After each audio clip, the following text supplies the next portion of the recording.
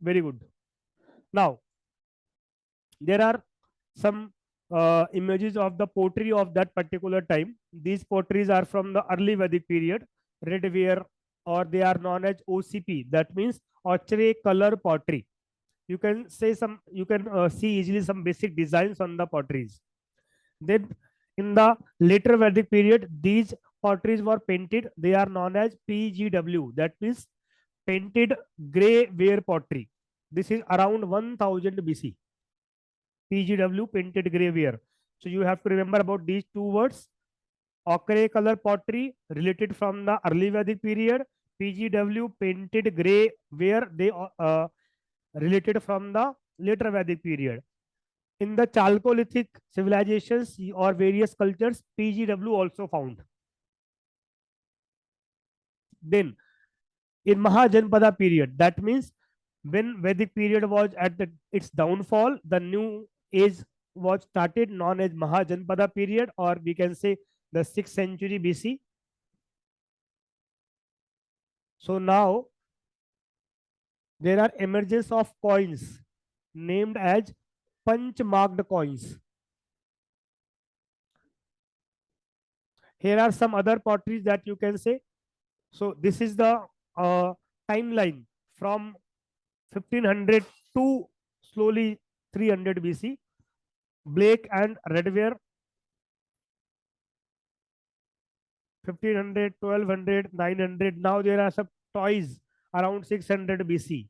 Then these toys and potteries became more attractive. Good.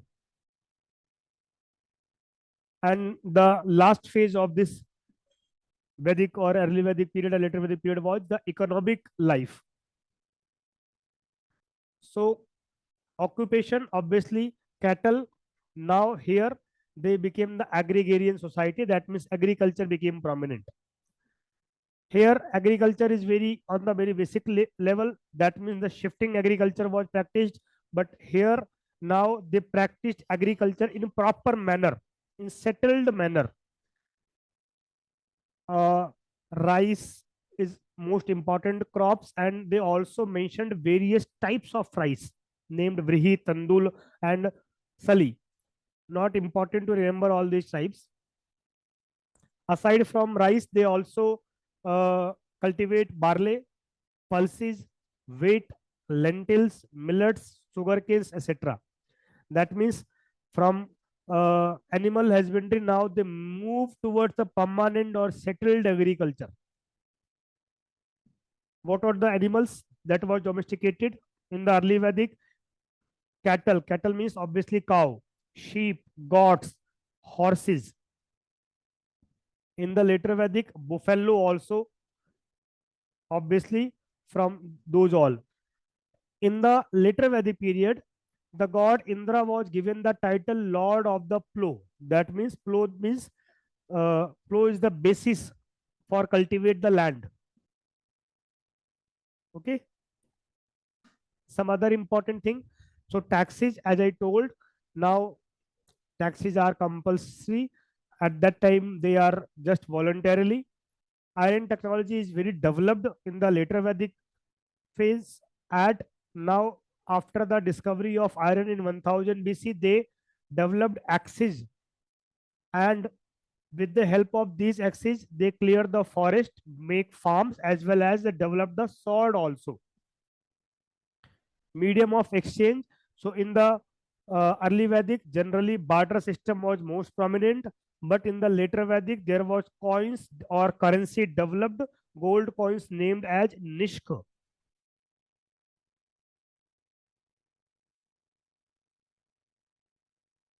Here are two coins. Here are two coins. These coins are found in the last phase of later Vedic period. These coins are named as punch marked coins. What? Punch marked coins. That means the marked on these coins are developed or constructed with the pressure. So The iron sheet was punched with lot of pressure or weight, and the marks developed on this. That's why they are known as punch marked coins. These two coins are related from the Kuru Janpada, and these two coins are related from the Magadha Janapada. Okay. Now you are thinking, sir, what is the Janapada? So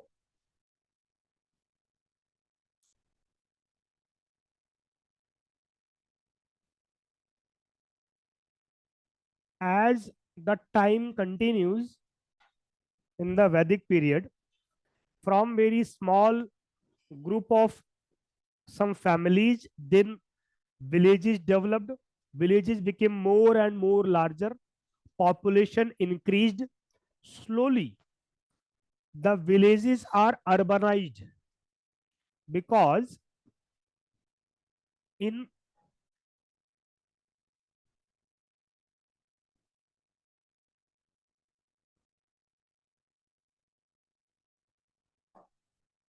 1000 BC, iron was discovered.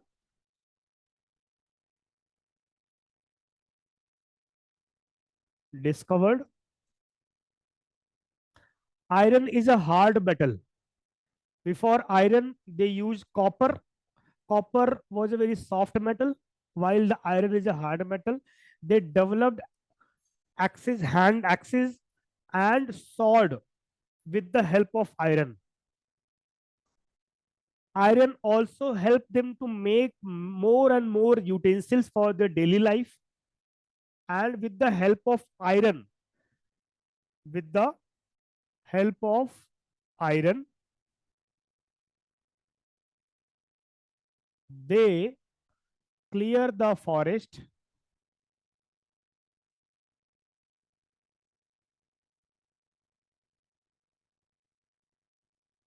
developed agricultural land or farmland.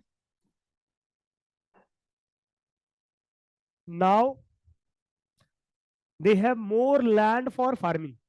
Second important thing, in the early Vedic period, these Aryans moved towards Ganga, Yamuna, Doab. Move towards,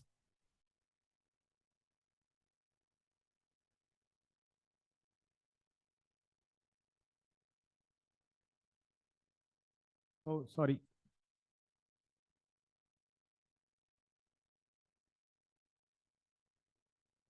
move towards Ganga, Yamuna, Doab. What do you mean from Doab?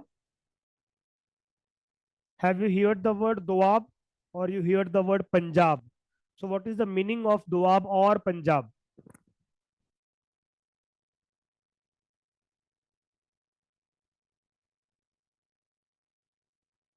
Give me the answer.